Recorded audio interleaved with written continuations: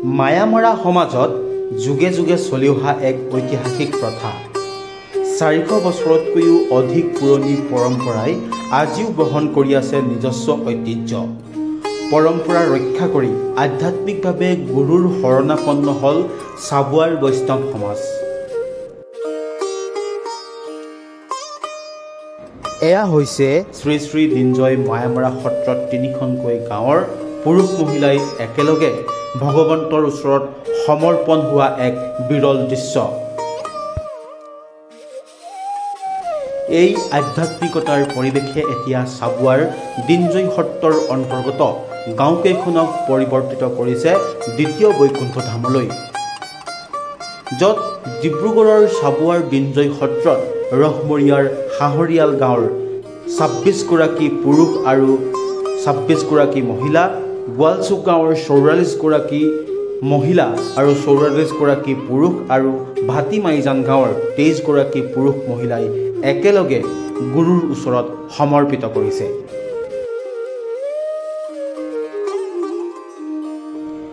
শ্ৰী শ্ৰী দিনজয় মায়ামৰা সত্ৰৰ সত্ৰাধিকাৰ মুকুদানন্দ গোস্বামীৰ অধীনত সৰ্বমুঠ 187 গৰাকীয়ে দিনজয় সত্ৰত শৰণ গ্ৰহণ কৰাৰ দৃশ্য এয়া।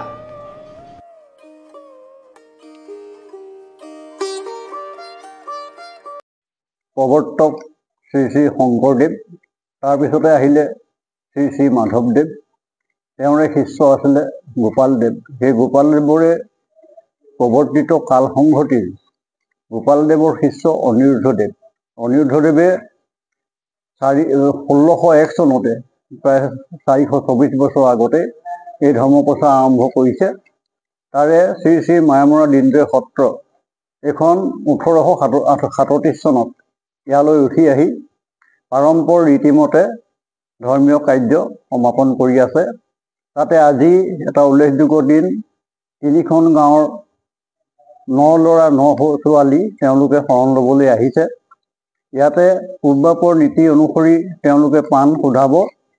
এতিয়া পাণ তেওঁলোকৰ 4 গুছি পাণ 80 খিলা, লগতে এটি চুৰীয়া পাতে বান্ধি 81 বিধ ভটকি বুলি কয়, তাকে অৰ্পণ কৰিব। কৰি শ্ৰী শ্ৰী মায়ামৰা দিনজয় সত্ৰৰ সত্ৰাধিকাৰ গোসাঁই দেৱতাৰ শ্ৰীচৰণৰ মাধ্যমেৰে পৰম পুৰুষ শ্ৰীকৃষ্ণ ঈশ্বৰ ভগৱন্তৰ শ্ৰীচৰণত শৰণ তথা আশ্ৰয় ল'ব। এই প্ৰথা আমাৰ 400 বছৰৰ পৰা চলি আহিছে। সেই অনুক্ৰমে তেওঁলোকে শৰণ লোৱাৰ পিছত এটি এটি গুৰু প্ৰদত্ত নাম, ঈশ্বৰ ভগৱন্তৰ সহস্ৰ নামৰ এটি নাম পাব, আৰু সেই নামকে তেওঁলোকে এটা দিন ধাৰ্য কৰি নিজে নিজৰ গাঁৱত গৈ নাম জননী পাতিব। সেই নাম জননী পতাৰ পিছতে তেওঁলোকৰ এই শৰণ কাৰ্য সমাপন হয় বুলি কয়। তাতে সেইটো ডাঙৰ অনুষ্ঠান।